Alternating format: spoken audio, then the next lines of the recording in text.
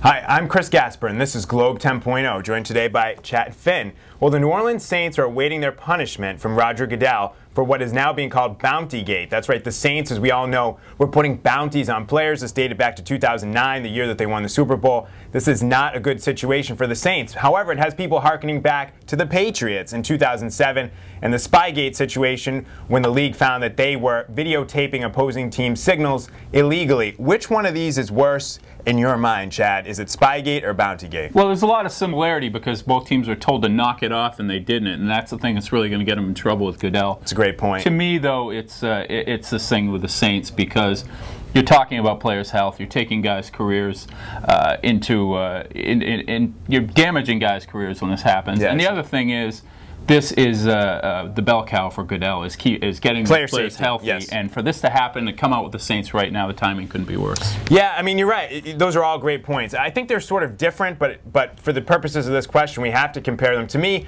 Bountygate, absolutely abhorrent, and when you look at it, it's morally objectionable. But here's what I ask. Which one of these things affected the integrity of the game more? And to me, it's Spygate, because I think players can get injured regardless of whether you're going after them. Go back to the days of Deacon Jones. I would argue there's been entire NFL franchises built on this stuff. The Raiders and the Steelers just knocking people out of games, whether they had bounties or not. So to me, injuries are part of the game. This is, I think, morally objectionable, and I don't sign off on it anyway. Spygate, to me, I think, took more into account the integrity of the game. People were questioning what's going on with the NFL. And to me, the problem with Spygate is we don't really know what the Patriots did. You know, all we know is the punishment because the league destroyed the evidence. And as I always say, in what investigation do you destroy evidence that could exonerate the accused? It doesn't make sense to me. So that's why I say it makes Spygate. you naturally suspicious. It does. I mean, why would you just? I mean, Goodell's background is as a lawyer and in PR. Both of those things, you know, would send off You'd think they would collide. red alarms in your head that would say, "Don't destroy this evidence." Right, right. Yeah,